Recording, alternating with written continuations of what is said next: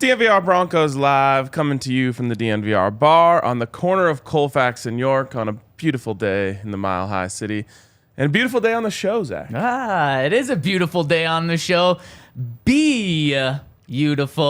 Boise State Broncos. We've got their defensive coordinator, Spencer Danielson, joining us in just a couple of minutes to talk about J.L. Skinner, one of the two defensive players from Boise State drafted this year. Let's go. Excited to talk to him. Excited to hear what he has to say. And excited to learn a little bit more about J.L. Skinner, who's kind of like I don't know. Hank has me moving him up the rankings of players I'm excited about. I'm very excited. Like, he's just so big. Like, you look at him and he doesn't belong out there with the guys he's playing against, which means he probably doesn't have the best habits, but he's going to fit in. He might even look big for the NFL level. Like, you'd think he would as a 6'4" safety. I'll tell you what. So at rookie mini camp, what the Broncos had, 2 weeks ago?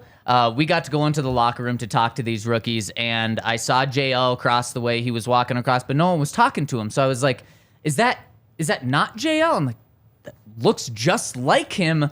But when he got to me, I was like, this might not be him because he's just so unbelievably tall.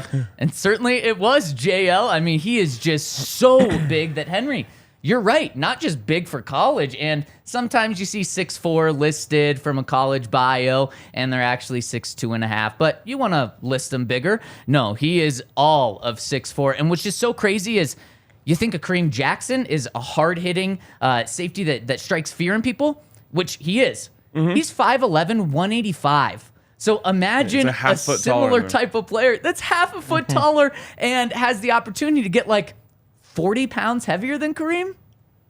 I mean, yeah, legitimately. He is huge and he plays like it too. You know what I mean? Like, he has certainly learned that his size is a weapon and has learned how to use that into his advantage. And it's why he's an NFL draft pick. Yep. He looks like he's trying to hurt people. Like, when you watch him play, it looks like he's just out there trying to cause chaos, which for a strong safety is exactly what you want. Again, yeah, like on Twitter, that might not play. But in football practices, that does. Yeah. It absolutely does. And also, that just kind of brings that natural dog instinct to the field, because when someone plays like that, it likely is going to lead to that mentality. And we talk about that 2015 Super Bowl defense, dogs all over the field. I mean, it was a scary defense play, not just because they were good, but because you feared them. And that's exactly what J.L. Skinner is bringing to the Broncos. And I believe we are set with Boise State's defensive coordinator, Spencer Danielson, joining the show to talk to us about J.L. And thank you so much, Coach, for joining us. And when you've been at Boise State for all 4 years with J.L. Skinner, when he was a freshman, you were the defensive line coach. When you saw a 6'4" guy walk in as a freshman, did you think about converting him to defensive line?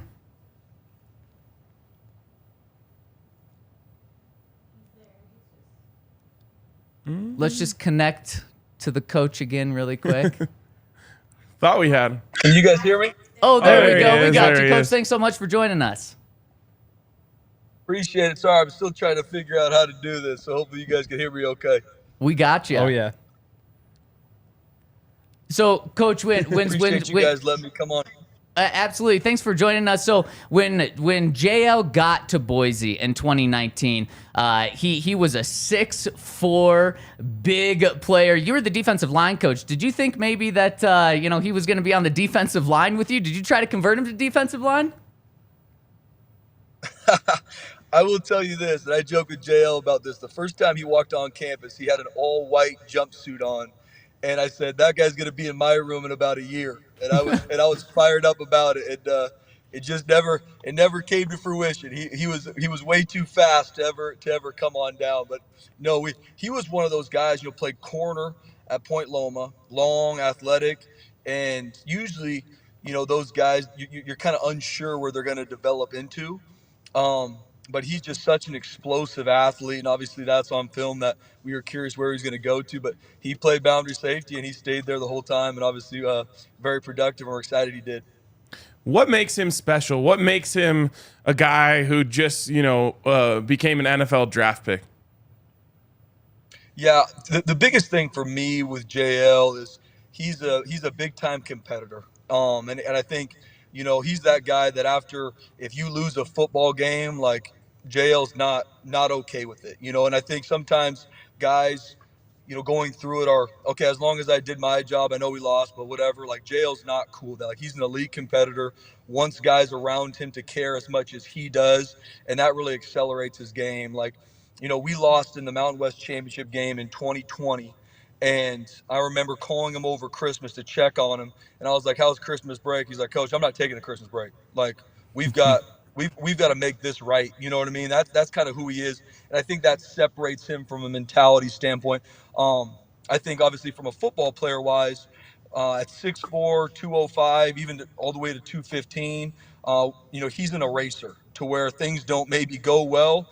JL can clean the whole thing up for you, and he's going to do it in a violent way. I mean, I can't tell you how many guys he's hit that they really got to think twice if they want to keep playing. That's just kind of the player he is. He can do a lot. You can put a lot on him as well. If you watch the game film, he's playing boundary safety in our dime package. He can slide down and play dime. He can blitz. He can cover.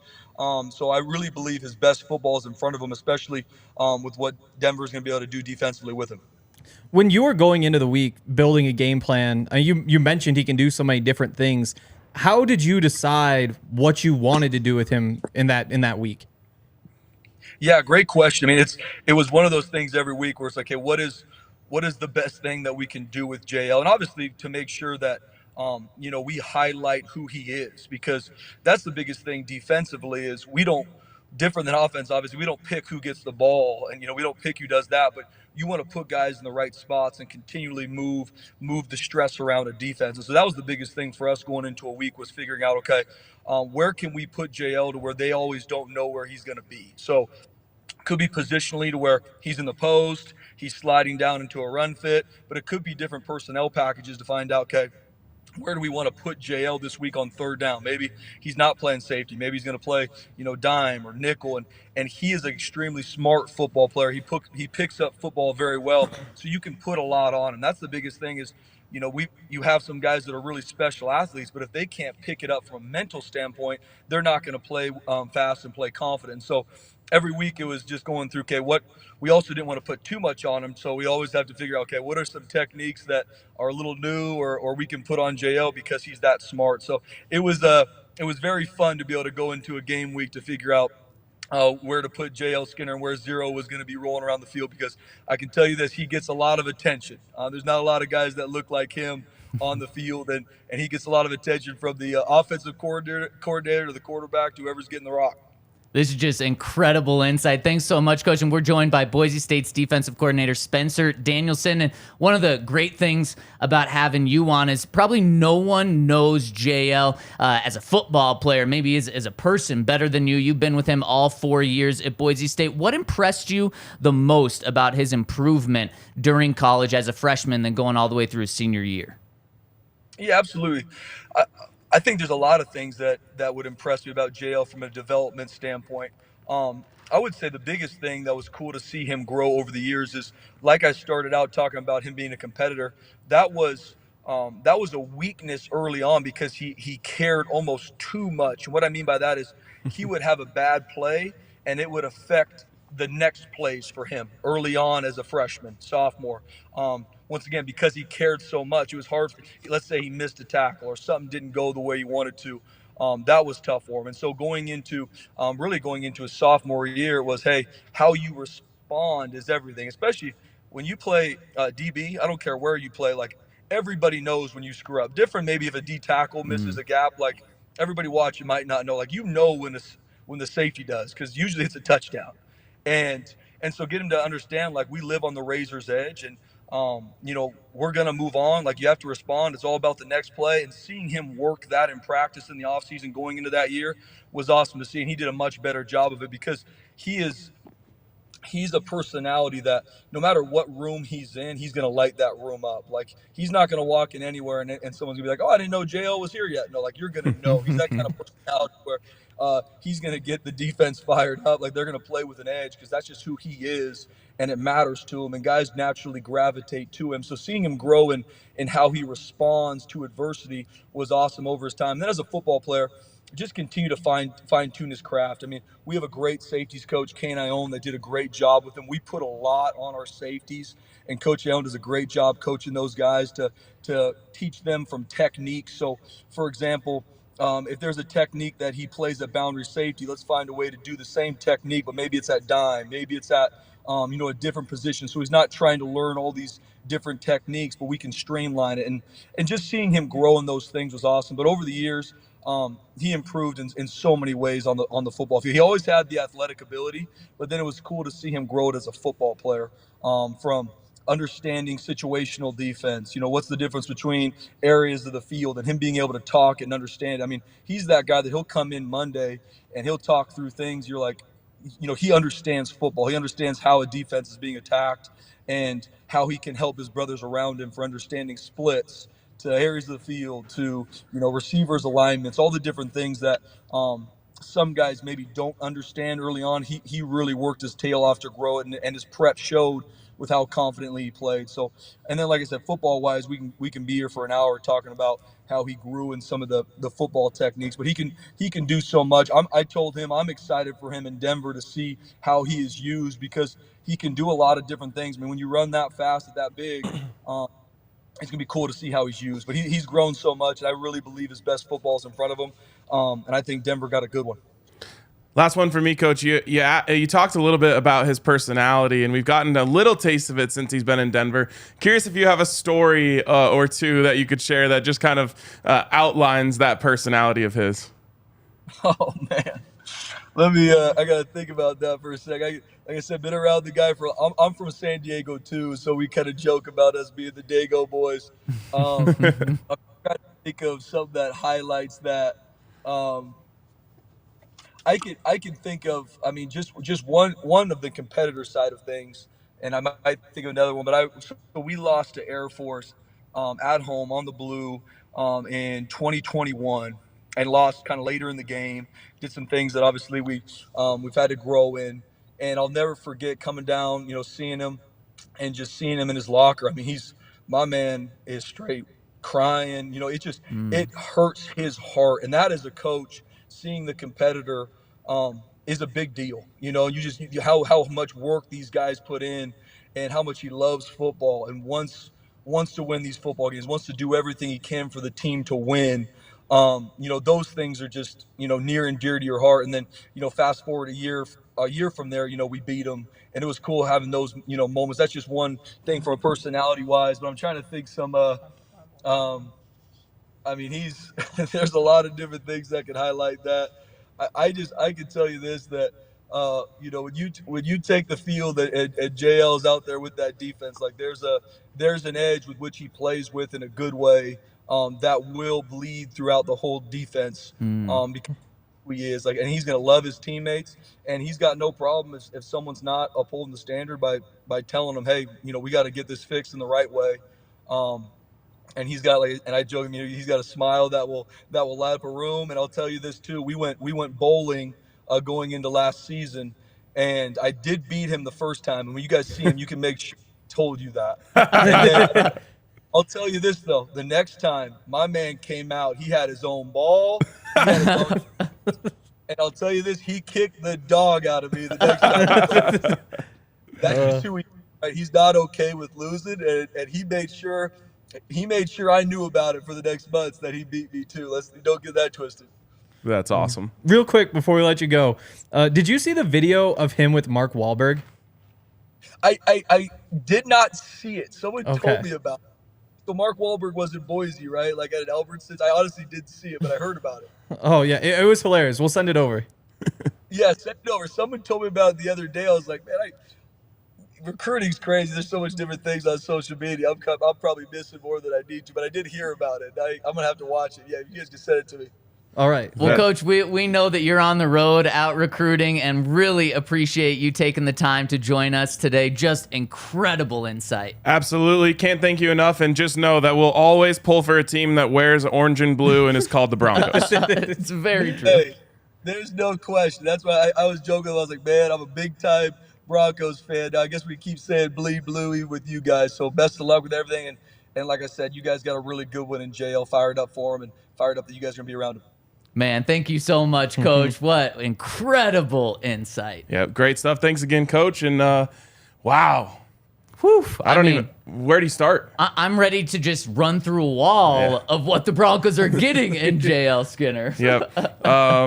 Well, we know that JL and I have one thing in common. What is We that? both have our own bowling ball. It's very true. Basically the same person.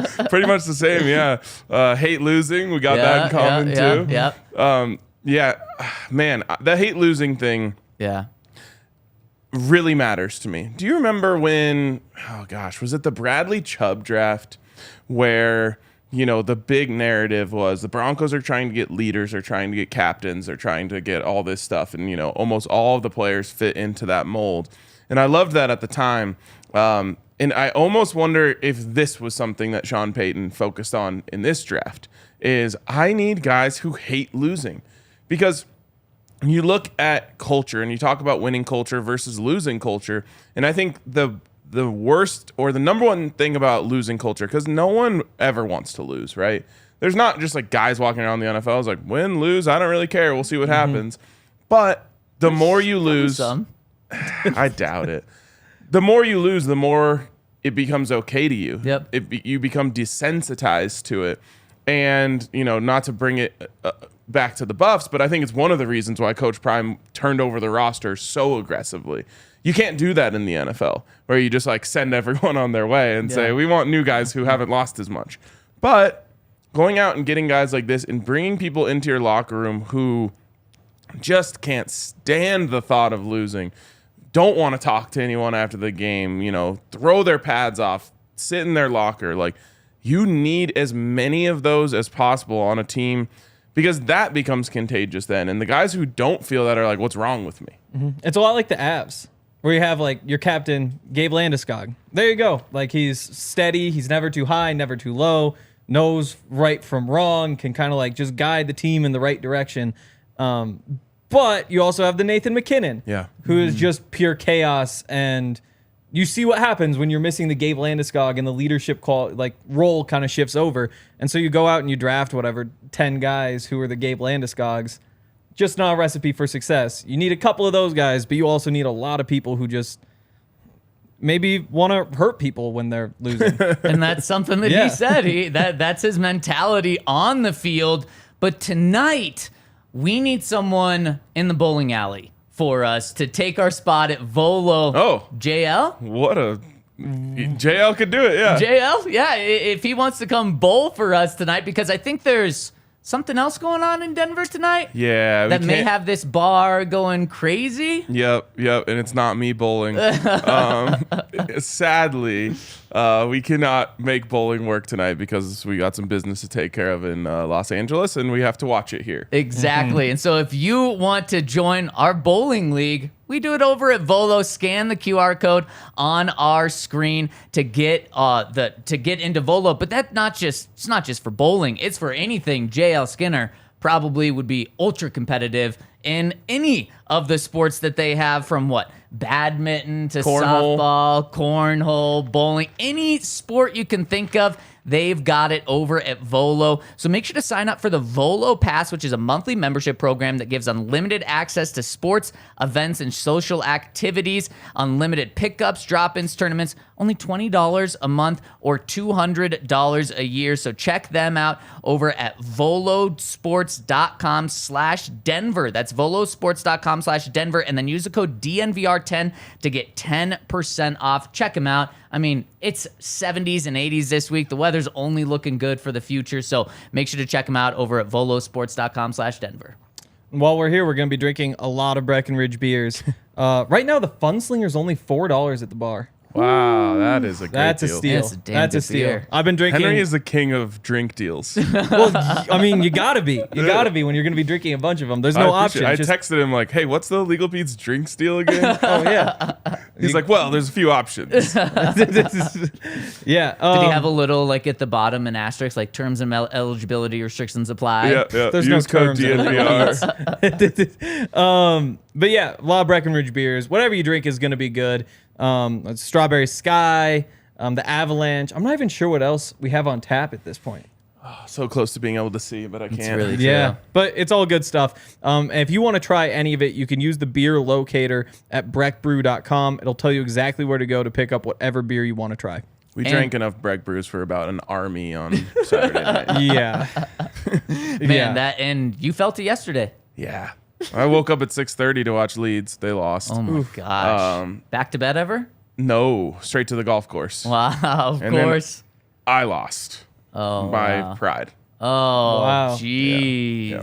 I'm going to need to have a JL Skinner week, like to the range, grinding, 100 putts before I leave. That's how bad it was for me yesterday. You picking that up today?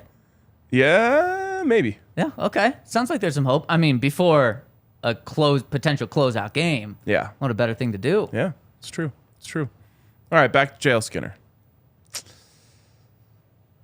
I first of all really impressed by Spencer Danielson. Yeah. He was like, a lot of times you have a guest on and they give you like 2 sentences and then you're just like rattling off questions. By the end, you're like, I think I'm out of questions. Yeah. We could have gone for 2 hours with him because he gave us like 3 minutes on every question. He said he could go an hour about the player, and I'm like, we have an hour if you just want to stay on, but I know he's out traveling. He's trying to find the next JL Skinner. It's very true, but really quick on Spencer Danielson, he is one of the young up-and-coming coaches in the entire country, and I'm not just saying that because he was on with us. He's 34 years old. He's like basically our age. Exactly. He's 34 years. He was a defensive coordinator at Boise when he was 30 years old. Wow. He was hired in his 20s. And then this past offseason, because Boise State's defense was so good and they had multiple guys be drafted in the NFL on that defense, he had offers from, I believe, Auburn, Washington, Stanford to all join their staff, other Big Five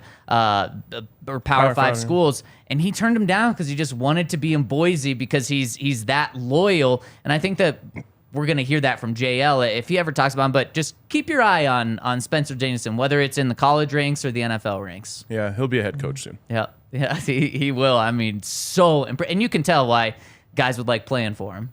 Absolutely. And on JL Skinner, what was my biggest takeaway was that hate to lose thing. Hank, what was yours?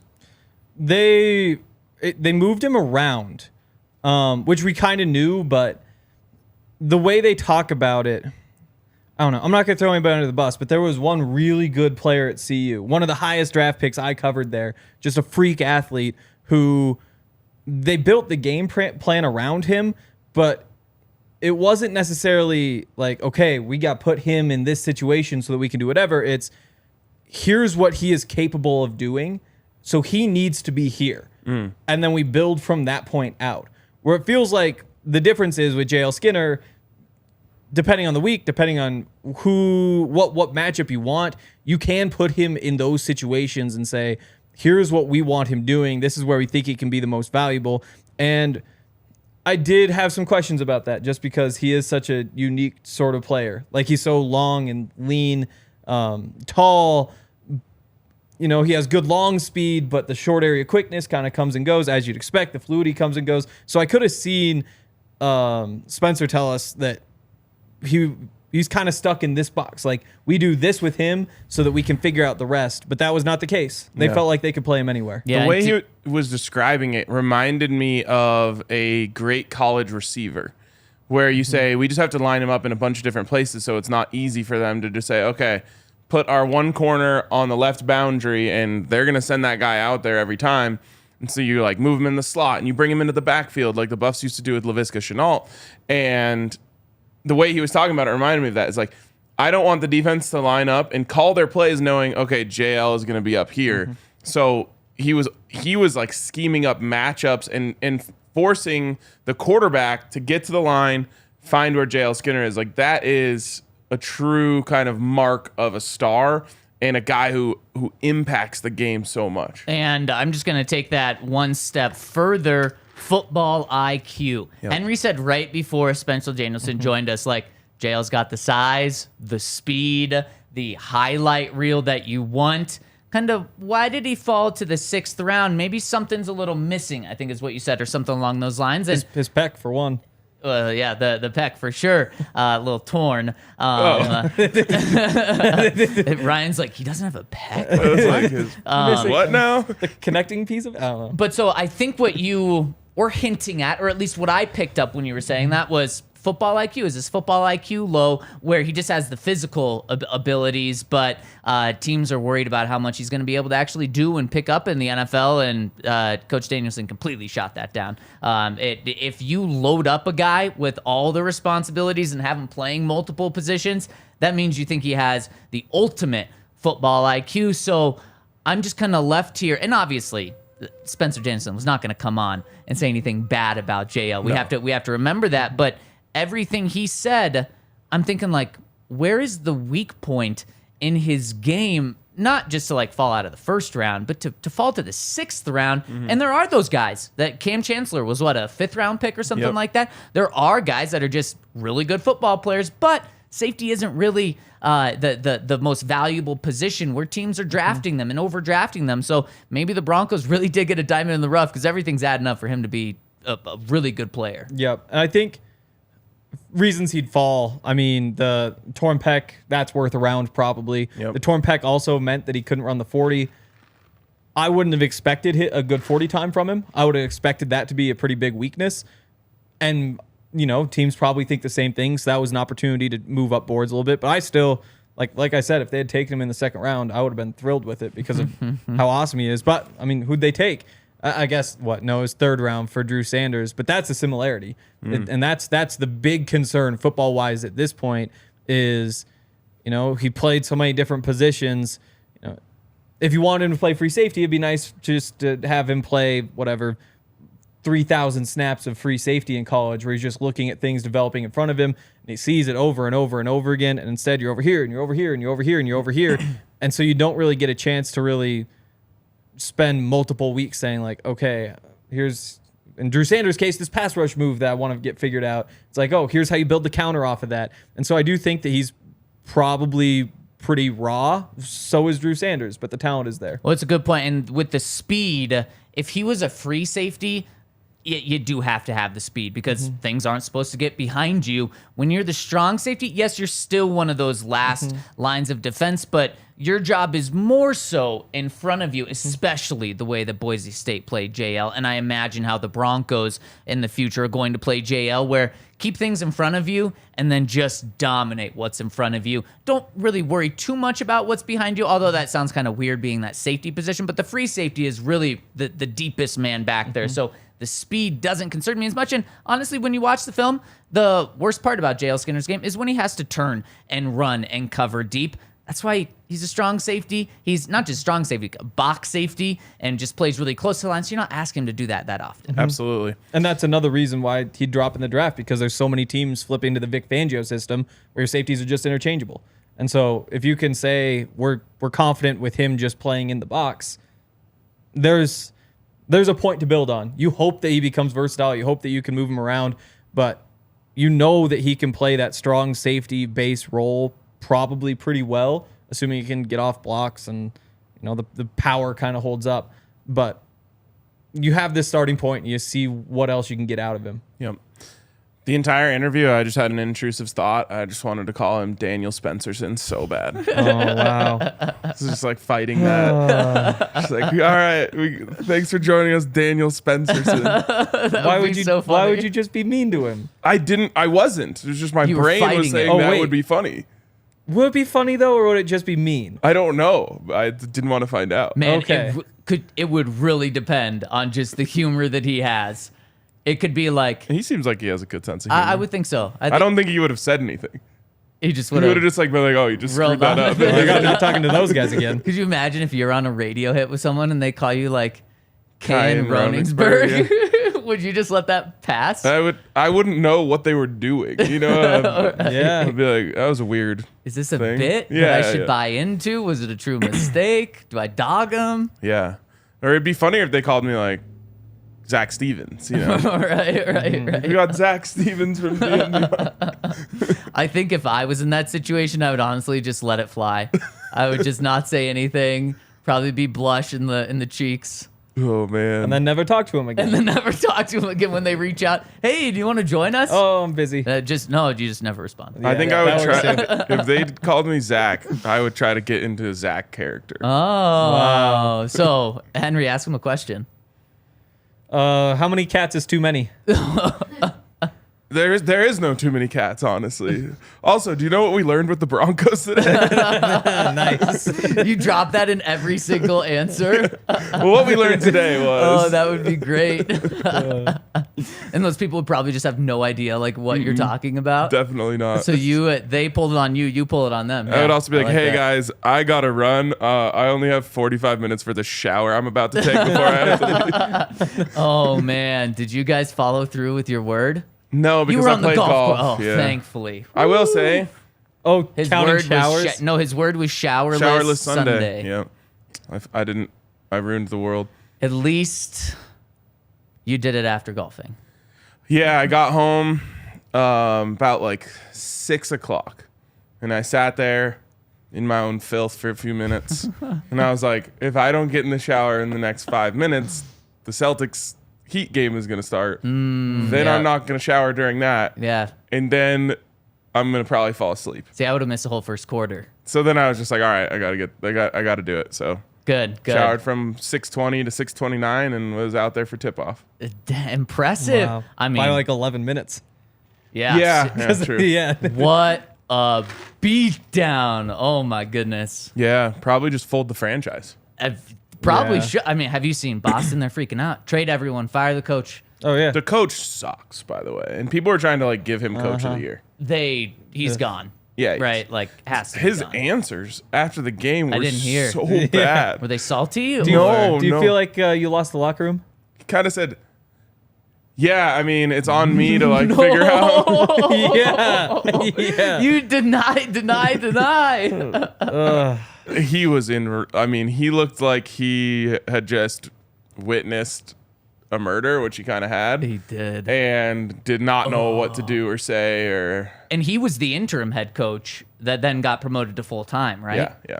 Oh, yikes. And again, yeah. everyone was like, wow, what a great job he's doing. This is incredible. He overcame all this, that, and the other. And then you get matched up with Eric Spoelstra, you get exposed. And that was the difference. Like it was just yeah. Eric Spoelstra, Joe Mazzulla. Like Spoelstra's better. How He's about, cooked him. how about the Heat getting 3 straight coaches fired, likely? Wow. The Bucks, yeah. the 76ers, and now the Celtics. Wow. That's crazy. It's not going to be a 4th, but it'll be a 3rd. Yeah, we talked about this a little bit last night in our group chat, but there's like a narrative that the NBA regular season doesn't matter. Mm-hmm. And if you're looking at the Heat right now, you're saying like, Yeah. look, Yeah. this is the perfect example of why the NBA regular season doesn't matter. Like they were good all along. They went to the Eastern Conference Finals last year, Yeah. and then everyone just kind of fell asleep on them because they didn't like care about the regular season. Whereas the Nuggets, I feel like, are the antithesis of that theory because they've gone up 2-0 in every series. Yep.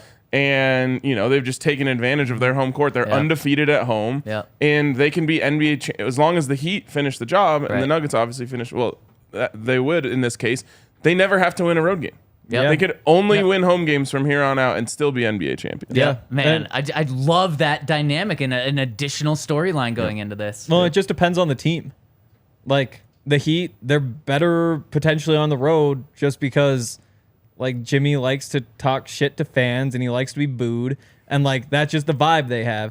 Or like the Celtics. The Celtics were also terrible at home. Like I think they They might 500? They might be they're under close. 500. They were the only team left because until Saturday, the Lakers were undefeated at home, the Nuggets Yep. were undefeated at home, and the Heat were undefeated at home. That's And- wild. Yeah. Yeah. So the Heat and Nuggets are still Yep. undefeated at home. That's where the Nuggets, though, they've just had home court every time, and they just go crazy in the first game. Yeah. Just always a blowout in game one, and then kind of run it back a little bit, and they've just had their formula.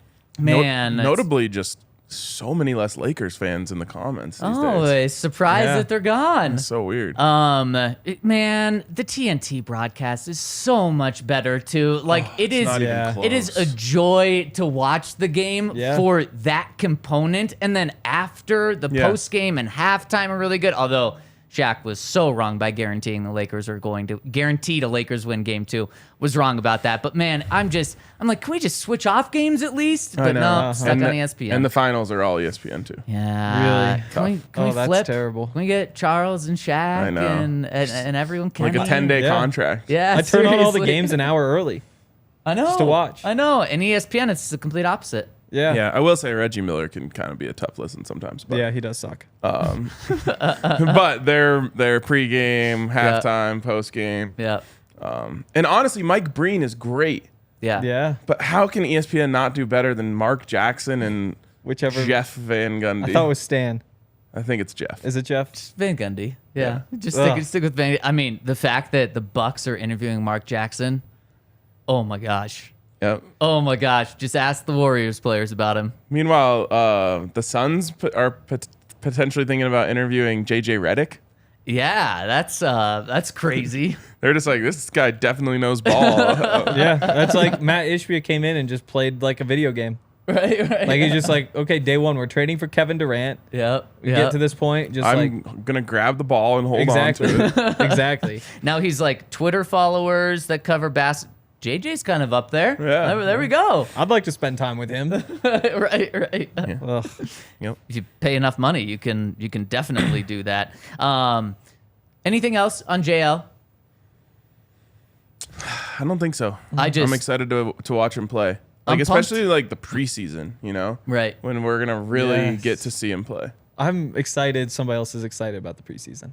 I did not say I'm excited about the preseason. I'm actively not excited about the preseason, except for just I know how to take the little things like watching JL Skinner play Yeah. and make the most of them. I love the preseason. And by the way, speaking of the preseason, I was wrong on the times. I know. The times are even worse for the preseason. For some reason, when the Broncos You like put it owe out, us for this. You might have to I know. get us a pizza or something. I probably do, but honestly, the Broncos. Why are we putting out Broncos schedules times in the Local time. Local. No, always do Denver time. Yes. Why would you switch that up? Oh, it's dumb. Yeah. It's so stupid. So games, you guys both preseason- expected me to argue. preseason there was games a are chance. later. It's like, no, that's dumb. There's nothing that we can argue with about FOCO. We just love That's FOCO. true. In fact, I mean, you can just see it if you're watching YouTube. We've got FOCO things everywhere. We've got a cool pillow in between us, although this was a local pillow, but you can FOCO's get things. local. FOCO is local. Focal. Focal. It's the Focal. focal point of our set. Wow. That's for sure. I So, can't believe no one's commented about the pillow. yeah, we thought We you just guys would have a awkwardly heyday kind of over it. shoved it in there. It looks bad. It's hilarious. I thought Henry had showerless Sunday, so I wanted to make sure we had Wow. room in between us. He still hasn't confirmed whether or not he had showerless Sunday. I will say, I got a new toothbrush. Oh. Tell me like you had an old one. Yeah, there was an Okay, old toothbrush, okay, good, yes. good. Very old, actually. But so I got my How own. often should you change toothbrushes? I feel Way like you more can just often tell. than I think I do. Than anyone does. Yeah. So that's part of the appeal of this one. It comes with like 6 different head Yeah, things yeah. that you just like plug right on. That's a lot of hand stuff. but Just speed that motion it's up. crazy. It goes, what is it? It's 666 little shakes per second. Wow. Per How? second. I know, There's isn't no that way. crazy? It's got to be per minute. That's why I bought it. I There's was just no like, that's way. insane. Per Yeah. second is impossible. No, that's what I thought too. That's impossible. It honestly made me think like, wow, you just blew $45 on this toothbrush because you couldn't believe that number and had to try it. But is that even good for you? Or is there like a point where it's like, I don't know, 30 shakes would have been enough? The thing is, you'll never be able to know. There's no way your mind, No. or my mind, or Ryan's mind will ever be able to count. No. And not. there's also just no smaller unit of time. Because like it actually, it's at its whatever, like 35,000 per minute. And I was like, what? No. And so then I had to divide. And I was like, well, wait, I still don't have any perspective on this. Well, let's get like a super slow-mo camera. Oh, that would well, we got 3 cameras looking at Yeah. us. I You bet actually- we have the technology in here. You Yeah. wouldn't want that because actually, whenever you try to like take it out of your mouth. It's like, and it's just like, It goes even crazier. yeah, like I've got toothpaste in my eye still. Like it's crazy. It'll just, Oh my gosh. yeah. Or it's like, oh, I better rinse this off, and it's like flood in the bathroom. Oh my god. That may be Henry's the- like brushing his teeth with like a car buffer. Probably is. Tomorrow he's not gonna have any teeth. They're all gonna be just grinded down. Yeah, I know. Like They're gonna be there's- clean though. it has like a whitening mode, and I'm not sure what the difference is, but I think Even like faster. it just like shaves off a layer. Just a razor pops out. Gosh.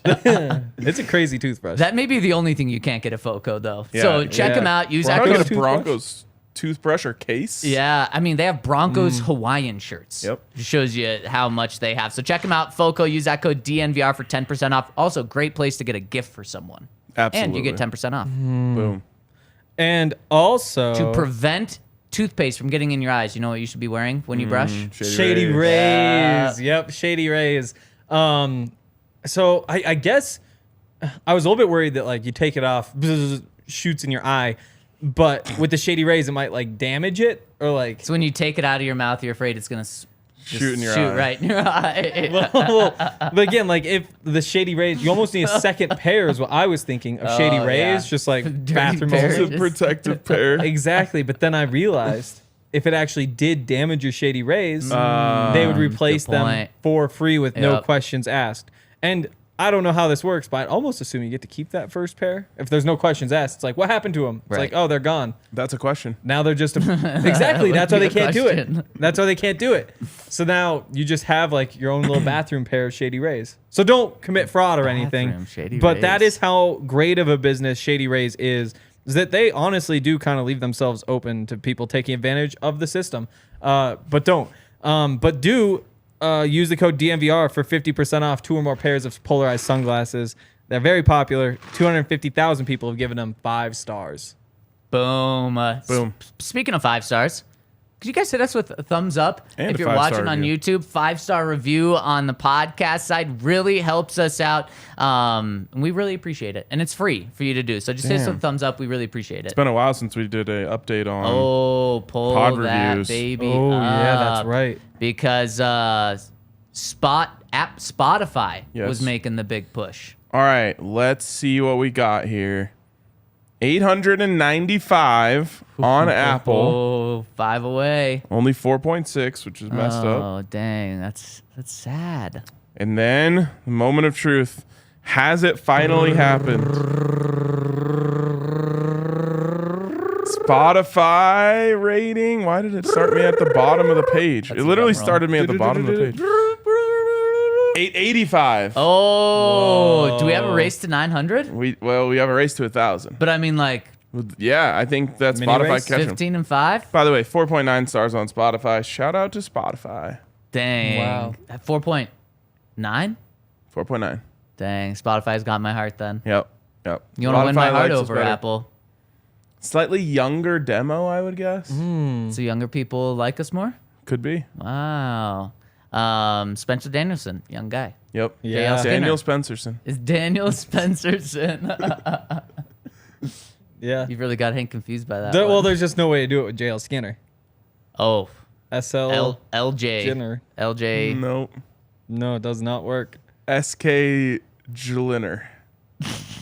That sounds. That's why I just look confused instead of saying anything. that was a smart choice. Yeah. Smart route to but take. here we are anyway.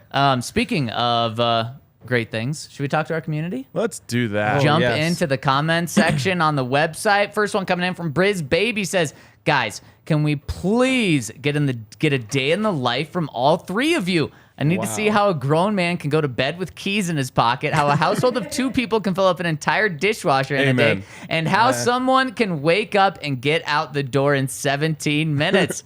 I mean, those are great points. I also think we need Probably a not pod. gonna be able to see that part. That should just be Yeah. Pay quick. extra for it at Yeah. least. Oh, wow, because you're naked. Yep, he's yeah. naked. Only We know that about him. Yeah. Not yet? Oh, you do.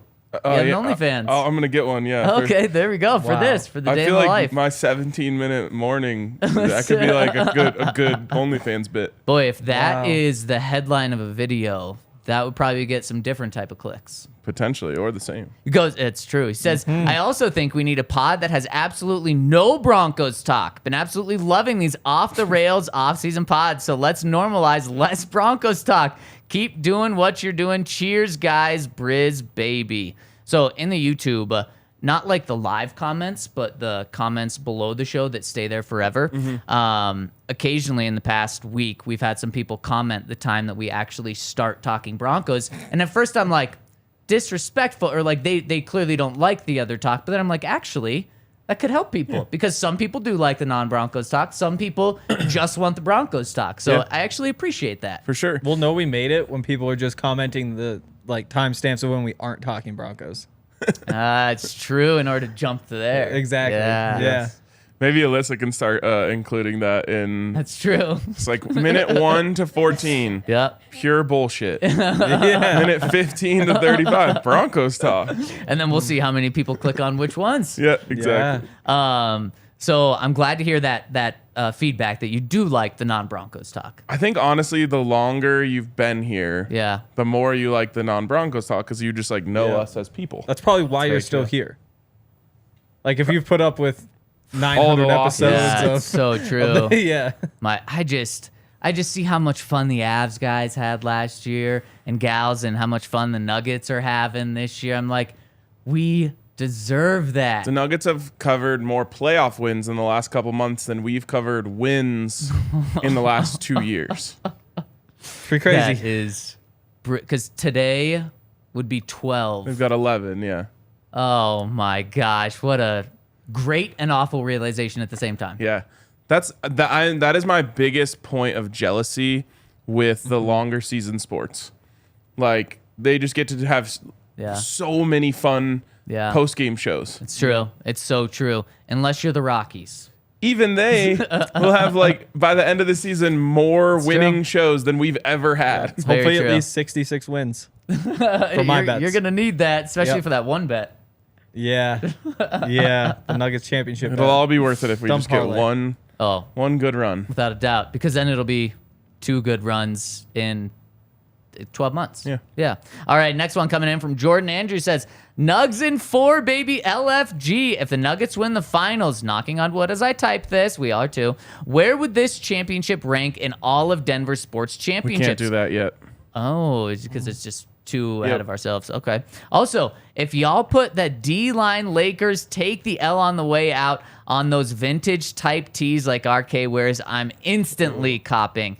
Nugs first playoff sweep plus first conference championship plus first finals appearance all in one night. Book it. Go Nuggets, Broncos, and DNVR. I love how this comment was purely Nuggets. Yeah. And he clearly meant to leave it on our show. It just shows the community what we got going on. Love it, Jordan. I love that. Just reminds me that I've had multiple people who are listeners of this show who don't live in America, who never watched basketball before, reach out to me saying like, man, you guys are so excited about the Nuggets that I decided to watch basketball for the first time. And it was actually really fun. Well, now we're going to lose them. There's going to be Nuggets fans. Oh, well, they don't overlap. You don't have to choose. That's true. I mean, they'll overlap a little, but it'll be fine. Yeah. Man, that's on the Broncos though. That's on the Broncos to be good enough in November and December, when, especially if you have a good basketball team, those games don't matter that much. Yep. Where the Broncos are good enough where you kind of put the Nuggets off a little bit until February or so. Now, obviously, you can be a diehard and care about both of them equally as much and follow every game. But I mean, that's on the Broncos to be entertaining enough in November and December. My thought was like the Nuggets might actually make basketball fans that actually like basketball, which doesn't exist that much right now. Wait, so say that again? Like, the Nuggets play basketball in such a way that people who are just tuning in are going to be like, wow, basketball is cool. Yeah. Right. Rather than like, let's talk about what legacy is affected by this game. Right. No, you're 100% right. Yep, it's fun ball. Next one from the Count. If your goal was to be able to continue to live, who would you rather get tackled by? Bill Romanowski, Al Wilson, K-Jack, Lyle Alzado, or Alexander Johnson? Man, I mean, you can't go the first two. At least I can't. Well, I can't go Romanowski or Al Wilson. Romanowski wants to kill you. So he's out. Yeah. Like he's going out there trying to kill you. K-Jack, because he's so fast, it might hurt the most. Yeah. Yeah, physics, right? Yeah. Yeah. I think you have to go Alexander Johnson. I think so too. I think it's gonna really hurt his 240 pounds driving you into the ground. But yeah, I think so. I can't remember. Yeah. Like, I'm sure he has some college highlights that are insane, but I don't remember any like highlight hits in the NFL. No, not to come to the top of my head. By the way, He's just too big. did he sign anywhere? No. So he just didn't play last year. Yeah. That is wild. Oh no, this says Seattle. Never mind, I was wrong. Played one game, had Seahawks? 3 tackles. I don't think he was on the team the entire year. I don't though. think but so I mean, either. okay, he did play a little bit. But I mean, that's wild. Yeah. People thought he was gonna get a big contract. For and what the it's Broncos, worth, I would be more scared of Josie on this list than Alexander Johnson.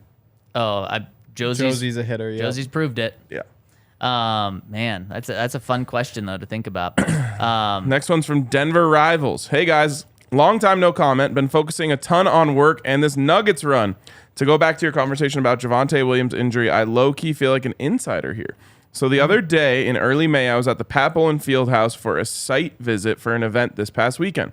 I looked across the field on the visit and saw from the training and rehab area a certain running back with no leg brace walking out of the field house with no limp or issues. So maybe a tinfoil hat take is the Centura deal includes some legendary rehab or treatment the Broncos don't want leak that led to a quick recovery.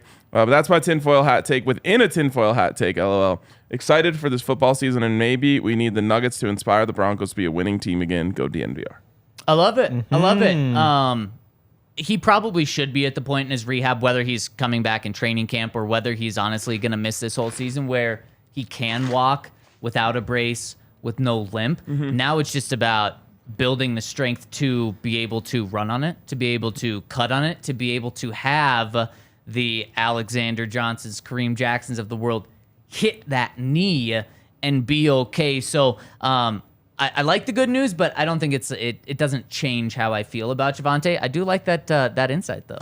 A great nomination from Jose for the guys you don't want to be hit by. Kenoy Kennedy. Oh, yeah. Legitimately, like, he was part of a time in football where they were like, okay, we're going to have to start doing something about these guys. Right. Kenoy Kennedy was scary out there. Also, the Buffs got a player this year named Demoy Kennedy, and I was convinced they had to be related, but I don't think they are. No? Dang. Yeah.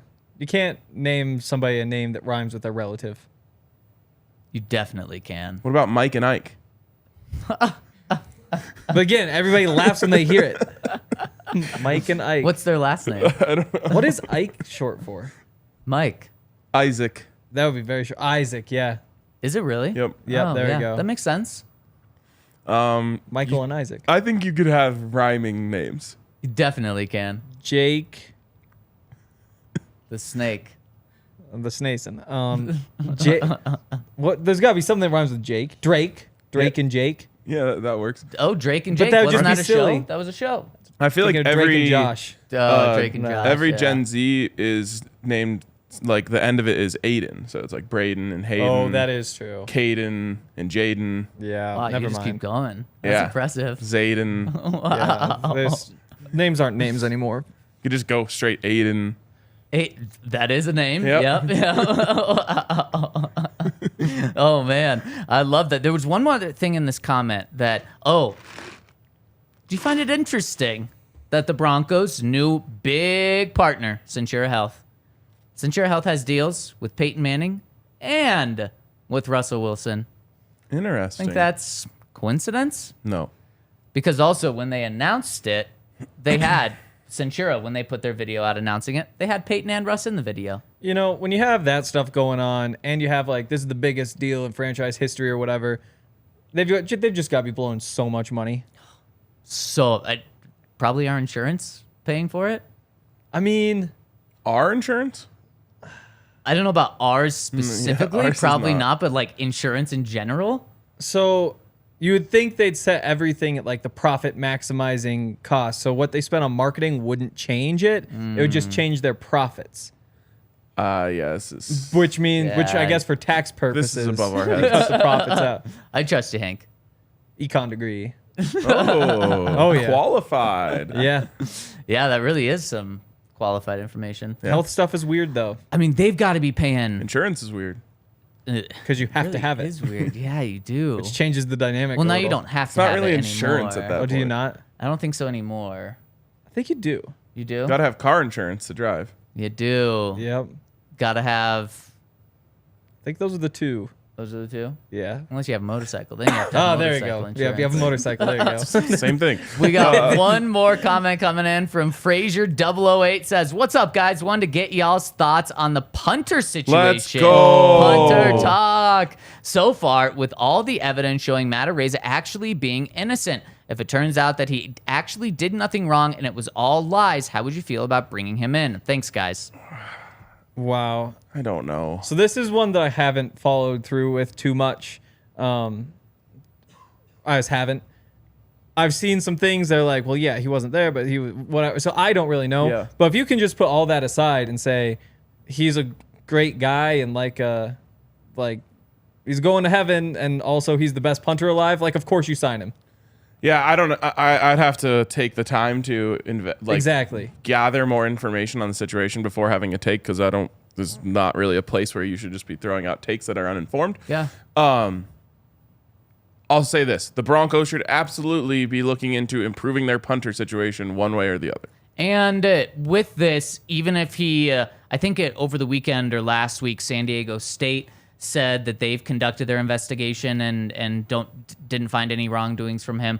I think the law also said that he wasn't actually there when it was committed. But with any situation like this, whoever signs him is also going to be doing extensive research of their own into this. If he wasn't there and he was not involved in this, he will be in the NFL. Yeah. Yeah. And if he actually wasn't there and actually wasn't involved in this, he deserves to be. Yeah, yeah, absolutely. What was his nickname? Punter God? Punt God. Punt God. Yeah. So he was really good. He was. So that's just something worth following. Probably over the leading up till training camp, I think is probably when teams will really be doing their due diligence on that. Who is the Broncos punter right now? It is. Come on. You know who it is. Is it still No, Corliss? it's not still. No. Not still. Well, No, he's gone. right. But I'm thinking. Oh, Riley Dixon. Yeah, There we you go. Oh, no, we're good. Riley's fine. And we have a super chat coming in from Greg S. Says, gonna have to argue with the day in a life vids. Also, love the non-Broncos talk. It's truly entertaining, LMAO, especially during the off season. I really do want to see how someone fills a dishwasher in one day. Yeah. Man, I paid attention to it this weekend. I don't know how you guys don't. I don't even come close. I mean, How many plates do you use at dinner? so I was thinking about this. So we eat pretty much, except on the weekends, every meal in. And my fiance cooks the meals. So we get, she's using a cutting board. We throw that in there. She's using Nice and a thin plate. really only takes up a little It's true. area. Slide down the edge, yeah. Yeah. But then, then you have a salad, a side salad. So that's a bowl. Okay. And then you have your pasta. So that's another Bowls bowl. really do take up a lot of room in there. They do. Their They bowls do. are- And we do use bowls. I mean, plates as well. Yeah. But then, boom, there you go. Wait. I thought we were going for another 5 minutes here. Well, so Like one plate, one bowl, and a cutting board. There you go. It's full. No, 2 plates, 2 bowls. Okay. And that's just dinner.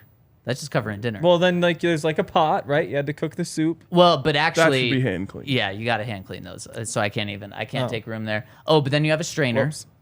And you're like, well, it's pretty full anyway, so I'm just going to throw the strainer What did we in there. strain? Pasta?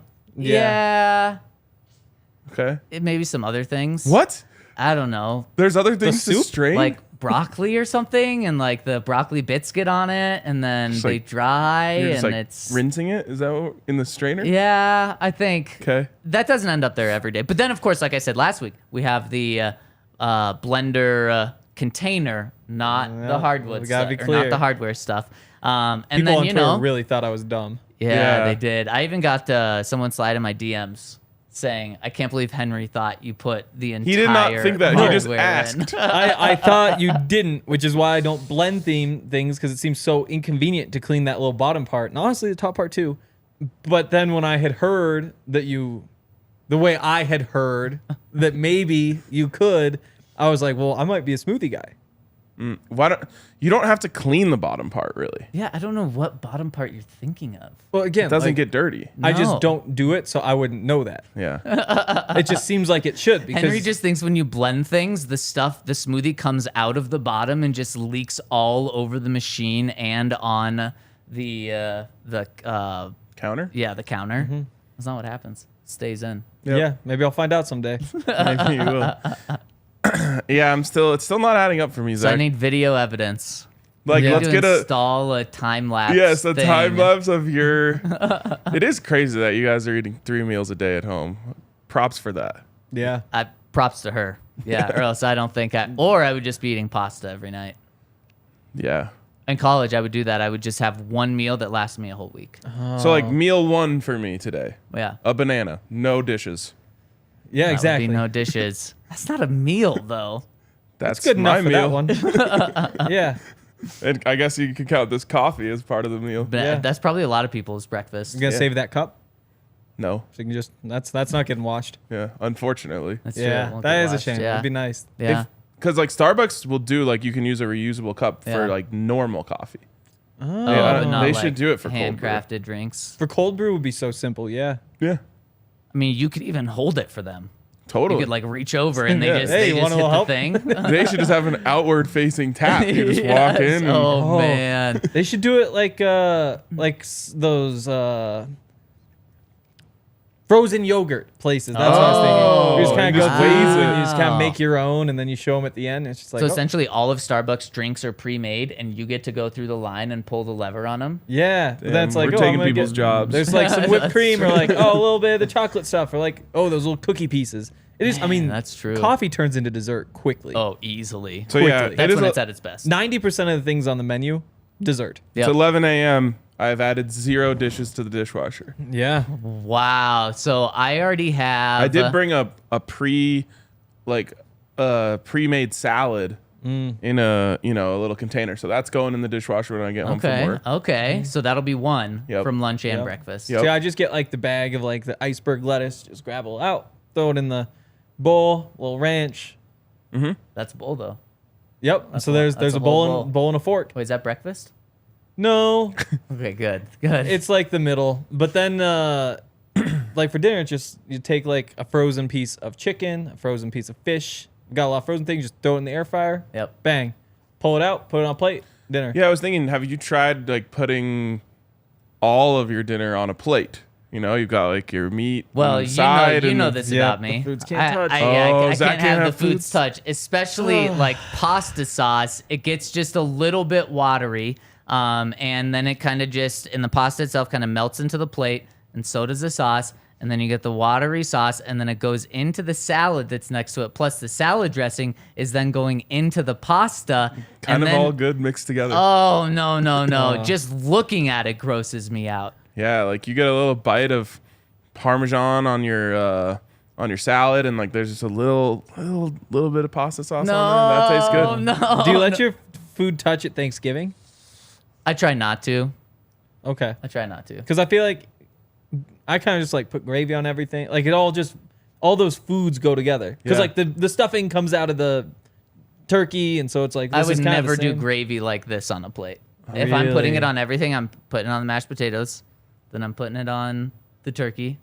My favorite part of mashed potatoes and gravy is making a little hole in the mashed potatoes Yeah, to fill it with yeah. gravy. I do have that. And then you put the peas on top as the swimmers. No. As the swimmers. No. Oh, no. No. it'd be peas cool for if there me. was a thing that like interacts with gravy in a way chemically that makes it like a volcano. Yeah. Or like, what if it just happened to be that butter and gravy interacted like that? So it's like, oh, this is, and every time. Starts steaming. What if it did that every time? It just like bubble up. What would be even crazier is what if that Seems like you shouldn't eat it if it does that. chemical True. reaction started for everyone this year? but people didn't know until like Thanksgiving, and then everyone's going crazy. Just turned out like the cows all started eating like this crazy new thing. It's time to end this podcast. Probably. We've jumped the shark on this one. All right, that's going to wrap it up for us today. Love you guys for tuning in. We'll see you tomorrow.